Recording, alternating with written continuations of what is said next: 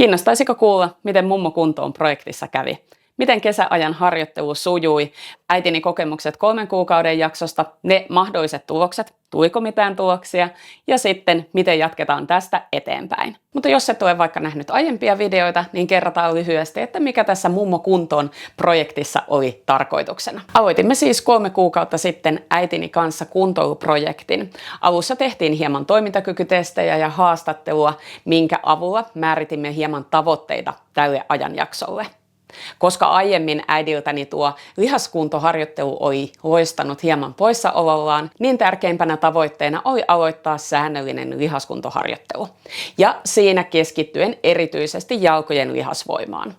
Äidilläni on hieman alkavaa nivelrikkoa siellä polvissa, ajoittain kipua ja jalat hieman väsyivät esimerkiksi omakotitaloasumiseen liittyviä pihahommia tehdessä. Projektin toinen oleellinen tavoite kulki käsikädessä sitten tuon lihasvoimaharjoittelun kanssa, eli tavoitteena oli nostaa sitä proteiinin saantia sieltä ruokavaliosta, mikä tuki sitten sitä lihasvoimaharjoittelua sekä säännöllisen ateriarytmin ylläpitämistä ja ylipäätään vireystilan nostoa. Tästä proteiinin lisäämisestä sinne ruokavalioon äitini huomasikin nopeasti jo muutoksia siinä omassa arjessaan ja siitä jo edellisellä videollakin puhui. Projektin alussa teimme toimintakykytestejä, joilla arvioitiin käden puristusvoimaa, tasapainoa sekä jalkojen lihaskuntoa. Äitini kävi myös InBody kehon koostumusmittauksessa, joka nimensä mukaan kertoo siitä kehon koostumuksesta. Eli kuinka paljon siellä kropassa on sitä lihasta, rasvaa, luita, nesteitä ylipäätään. Tämän kehon koostumusmittauksen halusin ottaa vähän tämmöisenä ekstra-testinä myös mukaan tähän projektiin, että saa tietoa siitä, että jos tulee muutoksia sinne toimintakykytesteihin tai niihin omiin tuntemuksiin siitä omasta kunnosta, niin ovatko ne semmoisia muutoksia, jotka mahdollisesti myös näkyy siinä kehon koostumusmittauksessa. Tai vastavuoroisesti, jos mitkään tulokset eivät muutu siinä toimintakykytestissä, niin onko mahdollista, että siellä kropassa on silti tapahtunut jotain pientäkin parannusta tai pientä muutosta, mitä ehkä itse ei koe, mutta se näkyy kuitenkin sitten siinä kehon koostumusmittauksessa. Mutta katsotaan hieman videon lopulla sitten, että mitä ne tulokset oli. Näkyykö siellä mitään vai oliko se vaan tämmöinen hauska käynti ja ensimmäinen kerta toki myös äidille käydä tuommoisessa testissä. Mutta ennen kuin mennään noihin tuloksiin, niin kysytään ensin mummolta, että miten tämä projektin toinen puolikas on mennyt, eli missä merkeissä on kesän harjoittelu sujunut.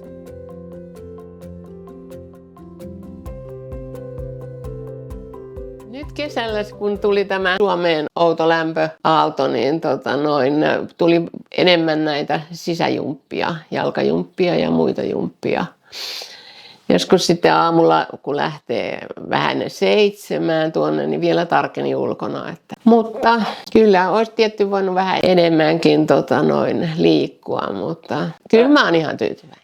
Kävelylenkeissä tuli vähemmän tosiaan, että kun asuu semmoisten isoinen aukeiden, että ei pääse metsään, niin se olikin niin kuumaa. Sitten illalla olisi ollut sitten hyvät ilmat, mutta ei sitten enää jaksanut.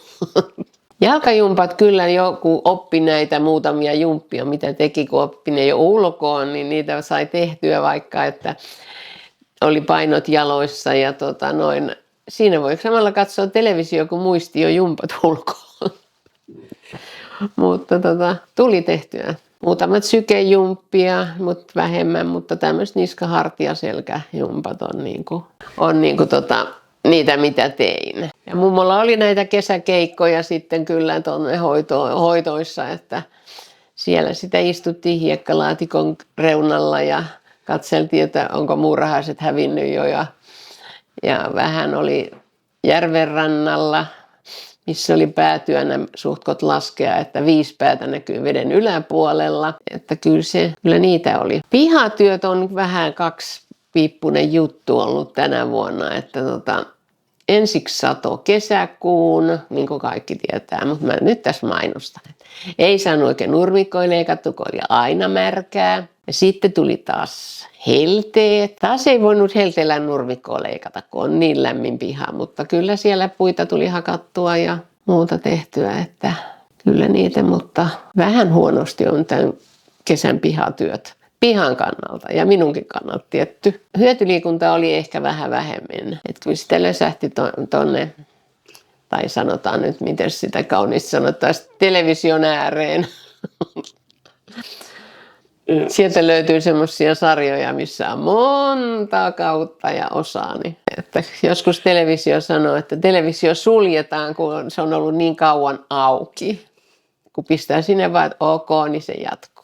Syömisten puolesta kyllä on parannusta siihen, että sehän on hyvä asia, että joku omatunto rupesi vähän soimaamaan joskus, kun meni syömiset vähän niin kuin, että illalla ottikin vaan leipää ja että ei tehty ruokaa mitään, niin sehän on hyvä asia. Aamiainen on puurot ja muut ja sitten siinä jotain välipalaa ja vähän ennen puolta päivään sitten ruoka ja iltapäivällä jotain välipalaa ja sitten se iltaruoka nyt on välillä ei ole niin kauhean suuretta, mutta tai mitä nyt sanoisi suuri. Olen proteiini sitä jauhetta ja olen niin kuin syönyt tämmöisiä proteiinirahkoja ja että luulisin, että se on pysynyt melko samalla koko tämän ajan. Siinä oli mummon kuulumisia kesältä.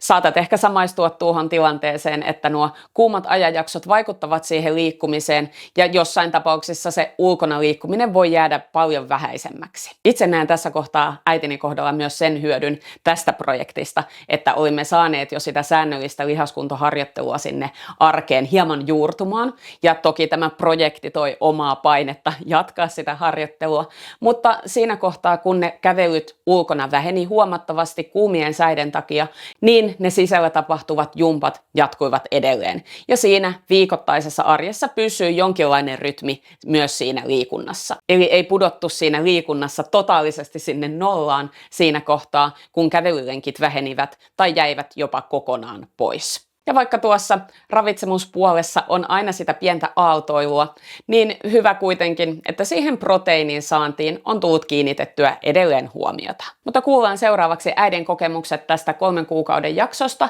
ja tuloksista. Onko siellä jotain arkisia asioita tai onko hän huomannut sitä kehitystä siinä omassa kunnossaan?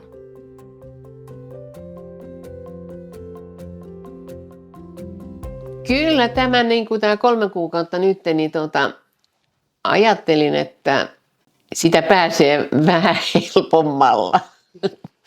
helpommalla silloin, kun lupauduin, että tuosta noin niin vaan ja vähennän syömistä ja kaikki noin, mutta tässä täytyy olla ihan skarppina koko aika. Että oli ehkä enemmän tuli niin kuin tässä niin kuin näitä kuntoiluaskareita, mitä meinas.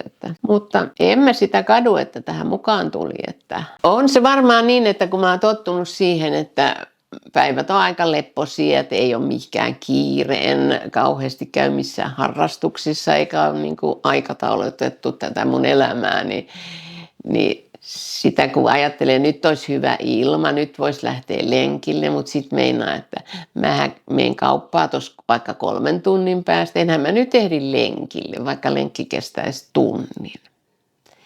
Niin tämä on, kun toiset ehtii tunnissa mitä vaan, mutta siitä kun pääsee, että on niin kuin huono omatunto, kun ei lähde. Mutta sitten kun tulee tapertaa kotiin mäkeä tuossa ylös, niin on hyvä tunne. Sitten vielä, että kun siihen täytyisi jotkut venyttelyt ottaa siihen päälle, niin ja juoda litra vettä suht koht, niin sitten voi tehdä jotain muuta. Se liikkeelle lähtö vaatii kyllä niin kuin vähän niskasta kiinni ottamista, että sinne lähtee.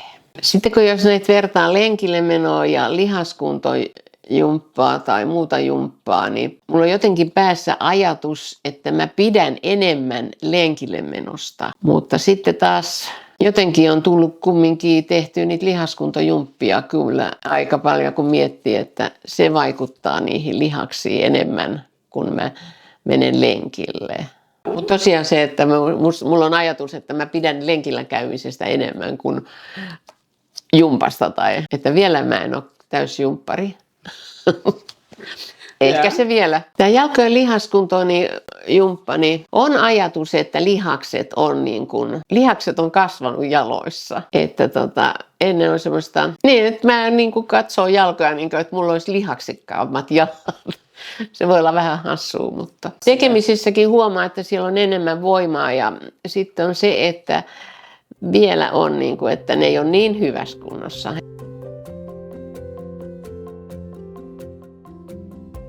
Mutta mennään seuraavaksi sitten niihin tuloksiin.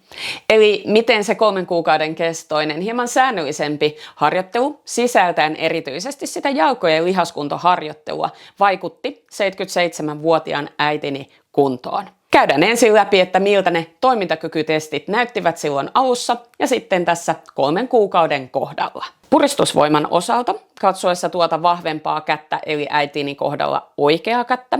Tulos oli alkuvaiheessa 22 kiloa, mikä oli ikäluokassaan jonkin verran keskimääräistä heikompi tulos. Nyt 3 kuukauden kohdalla oikean käden puristusvoima oli 24 kiloa.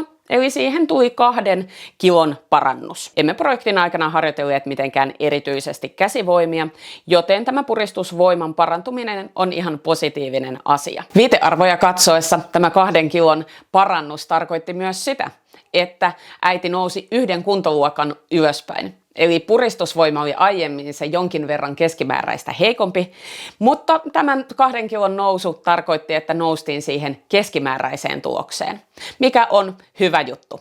Joten hyvä äiti. Toisena testinä meillä oli lyhyt fyysisen suorituskyvyn testistö, mikä koostuu 3 osiosta. Tasapaino-osiosta, 5 kerran tuolilta ylösnousutestistä sekä 4 metrin kävelytestistä, mikä tehdään tavallisella kävelynopeudella. Jokaisesta osiosta saa enimmillään 4 pistettä ja testin maksimipisteet ovat siis 12 pistettä. Alkuvaiheessa äitini pisteet olivat 10/12.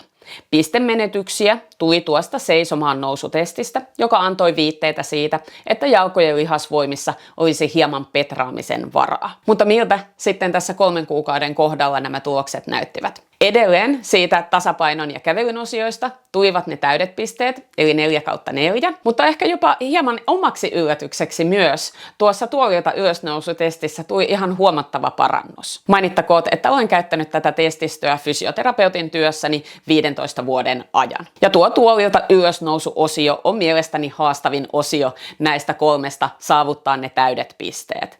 Eli saavuttaakseen 4 pistettä tuosta osiosta täytyy nuo 5 tuolilta ylösnousua tehdä ilman käsien apua reilussa 11 sekunnissa. Eli sitä voi itsekin kokeilla, se on aika napakkaa tekemistä. Joten kun äitini suoritti testin uudelleen tässä 3 kuukauden kohdalla ja sai tulokseksi sen reilu 11 sekuntia ja täydet pisteet siitä osiosta kuin myös siitä koko testistöstä, niin olin erittäin ylpeä ja ehkä myös juuri niin kuin sanoin, positiivisesti yllättynyt. Tämä parannus testissä kertoo kyllä siitä, että töitä on tehty ja siellä jalkojen lihaksissa on varmasti tapahtunut sitä vahvistumista. Sellaista muutosta siellä jalkojen lihaksissa, mikä auttaa siinä arjessa, varmentaa tasapainoa ja myös ehkäisee niitä kaatumisia. Joten hyvää työtä äiti! Toisena seisomaan nousutestinä, mikä antoi osviittaa siitä jalkojen tilanteesta, teimme sen 0,5 minuutin seisomaan nousutestin. Alkuvaiheessa 30 sekunnin nousutestin tuloksena oli 10 toistoa, mutta jos ollaan ihan rehellisiä, niin tuo 10 toistoa tuli silloin valmiiksi siinä kohtaa, kun kello näytti 30,5. Eli hieman vajaa 10 toistoa oli tuo oikea tulos alkuvaiheessa. Ja 3 kuukauden kohdalla sitten tuo tulos oli 12 toistoa. Ja se meni ihan reilusti siihen aikarajaan, että ei tarvinnut kytätä ollenkaan sekunnin sadasosia tai tuhannesosia, että tuliko se viimeinen toisto varmasti siinä 0,5 minuutin aikarajassa. Eli tässäkin kohtaa tuli selkeä 2 toiston parannus, mikä kertoo siitä, että tuloksia on tullut, jalkojen lihakset ovat vahvistuneet. Viimeisimpänä testinä oli tasapainon puolesta 1 jalan seisonta, mitä erityisesti siellä alkuvaiheessa se vasemman nilkan kipu hankaloitti, ja silloin vasemmalle jalalle ei mitään tulosta saatukaan. Alkuvaiheessa oikean jalan tulos oli se reilu 21 sekuntia, ja tässä loppuvaiheessa äiti seisoi oikealla jalalla reilu 50 sekuntia. Eli voi sanoa, huomattava parannus siinäkin tuli 1 jalan seisontaan. Erillistä tasapainoa tasapainoharjoittelun lisäämistä tähän projektiin ei kuulunut, mutta näkisin, että tuo vahvistunut lihasvoima tässä kohtaa toi sitten myös sitä parannusta siihen yhdellä jalalla seisontaan. Mainittakoon, että tällä kertaa saatiin myös sille vasemmalle jalalle tulos, mikä oli reilu 4 sekuntia. Sitä on hyvä käyttää sitten vaikka vähän harjoittelun seurannassa tulevaisuudessa. Eli kokonaisuudessaan voidaan sanoa, että harjoittelu on ollut niin tehokasta ja siitä on ollut hyötyä ja se näkyy myös siellä toimintakykytesteissä näinkin lyhyellä ajalla kuin 3 kuukaudessa.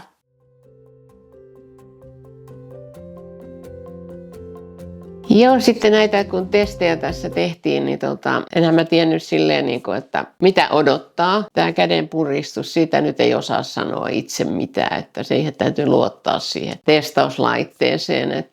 Mutta nämä ylösnousut, siinä on se lihaskunto olisi parantunut, kun siinä huomaa sen nousemisen, että ei nouse silleen jotenkin vinottaen, että vaan nousee suoraan. Kävelytestit, kyllä niissä oli parannusta, sanotaan näin.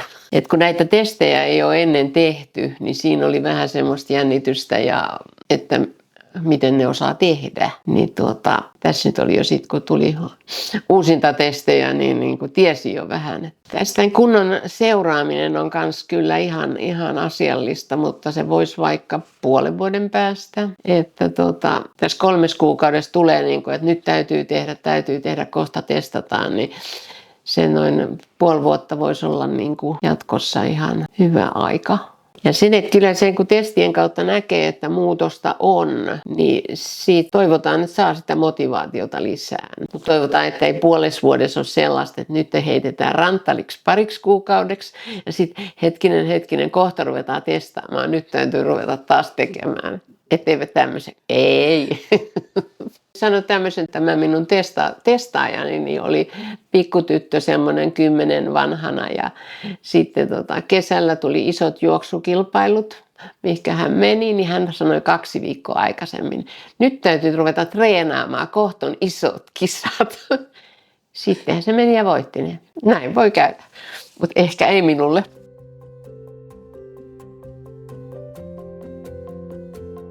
Entä sitten nämä kehon koostumusmittaukset? Miltä tulokset näyttivät? Niin kuin projektin alkuvaiheessa mainittiin, vaikka siitä painon pudottamisesta olisi erityisesti polvien kulman kannalta ja toimintakyvyn kannalta hyötyä, niin tämä kuntoiluprojekti ei ollut mikään laihdutuskuuri. Ja vaikkakin me siihen myös ravitsemukseen kiinnitettiin huomiota, niin tavoitteena ei ollut painon pudottaminen. Kehon koostumusmittarissa seistään puntarilla, joten saatiin se painotuloskin tähän näin, ja siinä ei ollut tapahtunut mitään muutosta. Eli paino pysynyt samana tai 100 grammaa vähän vähentynyt. Mutta painoa oleellisempi asia sieltä tuloksesta löytyi, eli kehon koostumuksessa oli tapahtunut muutoksia. Tässä näet kehon koostumusmittauksen tulospaperista tuon lihasrasvadiagnoosin kohdan, eli sitä kuinka paljon lihasmassaa ja rasvamassaa sieltä kropasta löytyi.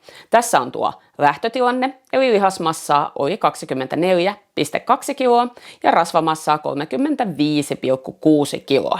Ja tässä on tuo 3 kuukauden kohdan tulos, eli lihasmassaa on 24,7 kiloa ja rasvamassaa 34,6 kiloa. Eli 3 kuukauden aikana äitini on saanut puoli kiloa lisää lihasta kroppaansa ja rasvaa on lähtenyt pois 1 kilon verran. Eli vaikka siinä painossa ei ole tapahtunut mitään muutosta, niin kehon koostumuksellisesti harjoittelu on tuonut sinne kyllä hyvää tulosta ja suunta on oikea. Ja koska harjoittelun pääpaino oli siellä jalkojen lihaksissa, niin vilkastaan hieman lihastasapainon kohdalta, että miltä nuo tulokset näytti siinä alkuvaiheessa ja 3 kuukauden kohdalla. Tässä kohtaa näet kehon koostumusmittauksen tulospaperista osion lihastasapainosta ja erityisesti jalkojen osalta. Testi määrittelee siis kädet, keskivartalon ja jalat erikseen lihasmassaa kartoittaessa. Lähtötilanteessa oikean jalan tulos oli 6,5 kiloa ja vasemmalla jalalla 6,79. Ja sitten 3 kuukauden kohdalla oikean jalan tulos on 6,8 ja vasemman jalan 7,07 kiloa. Eli lihastasapainon puolesta tuloksissa on nähtävissä se, mihin harjoittelussa on keskitytty viime kuukausina. Jalko- ja lihasvoimaharjoittelu oli se prioriteetti tässä projektin aikana, ja siellä niitä tuloksia myös tässä kehon koostumuksessa näkyy. Käsien ja keskivartalon osalta lihasmassassa on havaittavissa pientä alenemista, mikä on sitten hyvä ottaa huomioon tulevaisuuden harjoituksia suunnitellessa, että otetaan mukaan niitä koko kropan lihaskuntoharjoituksia myös, niin saadaan sitten ylläpidettyä sitä hyvää toimintakykyä ja lihasmassaa kokonaisuudessaan. Vahvat jalat pitävät pystyssä ja auttavat monissa askareissa, mutta toki on myös tärkeää, että se koko kroppa on vahva ja toimintakykyinen. Ja vaikka me nyt tähän kuntoiluprojektiin otettiin tämä kehon koostumusmittaus mukaan, niin en millään sano, että tavallisen kuntoilijan tarvitsisi tämmöistä lähteä tekemään. Mutta tietenkään jos innostut ajatuksesta ja se vaikka motivoi siihen harjoitteluun ja saa semmoisen yhden lisäkeinon seurata sitä omaa harjoittelua ja sen tulosta, niin miksipä ei.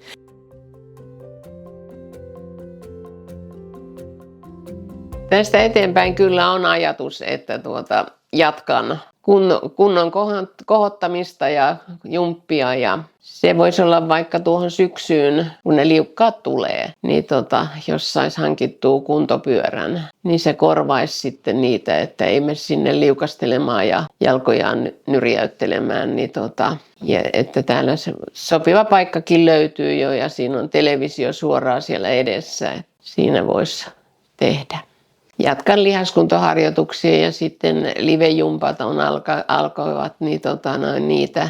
Vielä on tää vähän tämmönen, että en tiedä mikä, mutta en tämmöistä aikatauluttamista näissä oikein, että ajatus, että nyt just sinä päivänä teen sen ja sinä päivänä tämän, että täytyisiköhän sitä ruveta tekemään lukujärjestys. Niin, että siinähän tulisi se sitten, että kun vähän aikatauluttaisi niitä niin, että ei tulisi sitten, että hups, mä en ole tehnytkään, sitten tekee yhtenä päivänä 2 jumppaa ja seuraavana päivänä taas. Ja, että täytyy löytää se sopiva liikkumisrytmi ja että eikä ajatella, nyt on sunnuntai, eihän mä nyt tänään jumppaa ja nyt, että mä teen maanantain, sitten maanantai on jotain muuta. Ja tämä olisi sitten se yksi tavoite saada nämä järjestykseen.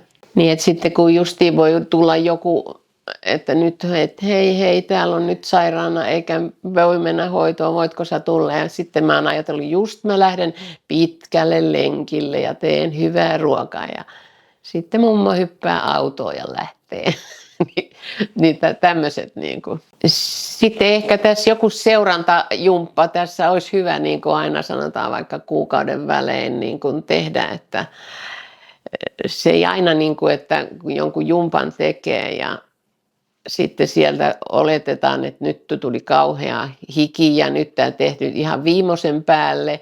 Ja sitten kun itse ajattelee, että eihän mulla tullut ollenkaan mitenkään tämmöinen, enhän mä väsynyt siihen jumpassa ollenkaan. Niin onko mä tehnyt liian kevyesti sen tai miten se on. En ole kyllä montaa kertaa ajatellut, että minä olen niin hyvä kuntoinen, että tämä ei vaikuta, että tämä on minulle liian helppo jumppa.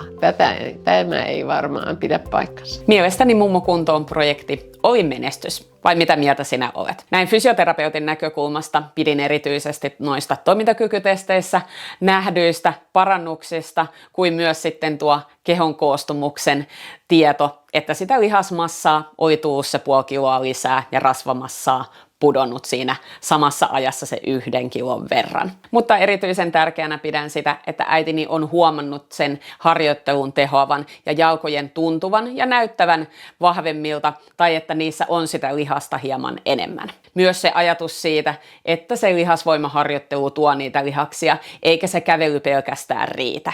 Eli on kyseessä erilaisesta harjoittelusta ja erilaisista tuloksista. Mummo kuntoon -projekti toi siis tuloksia, mutta ne ei tullut sattumalta. Niin kuin äitinikin mainitsi, niin projekti vaatii hieman enemmän huomiointia ja aikaa, kun lähtökohtaisesti oli ehkä ajatellut, kun tähän hommaan lupautui.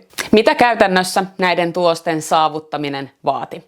Kaiken muun arkiaktiivisuuden lisäksi tässä sivusta näet, kuinka monta kävelylenkkiä, jalko- ja lihaskuntoharjoitusta ja muuta jumppaa äitini teki tässä 3 kuukauden aikana. Toki onhan siinä paljon tekemistä, mutta kun ne jakaa eri viikoille, niin päästäänkin aika lähelle tuota UKK-instituutin yli 65-vuotiaiden liikkumisen suositusta. Toisille nämä liikkumisen suosituksen määrät saattavat tuntua helposti saavutettavilta ja toisille vähän sitten haastavammilta. Mutta pienin askelin kun lähtee tavoittelemaan vaikka vain tätä suosituksen sisältöä tai vaikka vain sieltä sitä lihaskuntoharjoittelun osuutta, eli 2 kertaa viikossa, niin sillä varmasti myös tuloksia saat. Eli määränsä enempää ei kenenkään tarvitse tehdä, mutta jos haluaa niitä tuloksia, haluaa vahvemmat jalat, toimintakykyisemmän arjen ja semmoista tehdä harjoittelua, millä on oikeasti merkitystä, niin on siihen tärkeää kiinnittää sitä huomiota. Tärkeintä siinä harjoittelussa on kuitenkin se säännöllisyys ja nousujohteisuus. Eli täytyy sitä kroppaa vähän myös haastaa siinä viikkojen ja kuukausien saatossa. Yli 70-vuotiaana harjoitellessa tietenkin tuo harjoittelun monipuolisuus on myös yksi tärkeä juttu, eli se, että siellä tulee tehtyä liikkuvuus, lihaskunto, tasapaino ja sykettä kohottavaa kestävyysharjoittelua.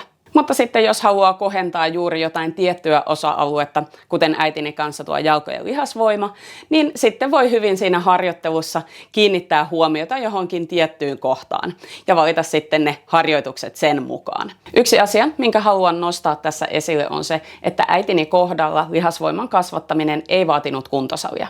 Hän harjoitteli omassa kodissaan käyttäen muutamia harjoitusvälineitä ja tehden tuota nettijumppien kanavalta käytännössä 2 eri jumppaa tuon 3 kuukauden ajan. Nuo jumpat sisältivät hyvin perusliikkeitä, eli ei edes niitä haastavimpia lihaskuntoliikkeitä.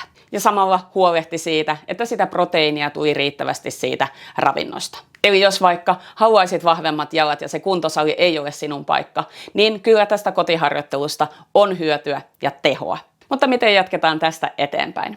Niin kuin äitini tuossa videolla mainitsi, niin se sopiva liikkumisen rutiini vielä etsii omaa paikkaansa. Tärkeintähän liikunnassa on se, että se liikkuminen on mielekästä ja löytää semmoinen itselle sopiva rytmi, joka sopii sinne omaan arkeen. Ja myös se harjoittelun sisältö suunnitella sellaiseksi, että se tukee niitä omia toiveita ja tavoitteita sen tulevaisuuden suhteen. Millaisessa kunnossa haluaa pysyä nyt ja 5 vuoden tai 10 vuoden päästä? Mitkä ne on ne arkiset asiat tai harrastukset, mitkä haluaa siinä omassa arjessa säilyttää.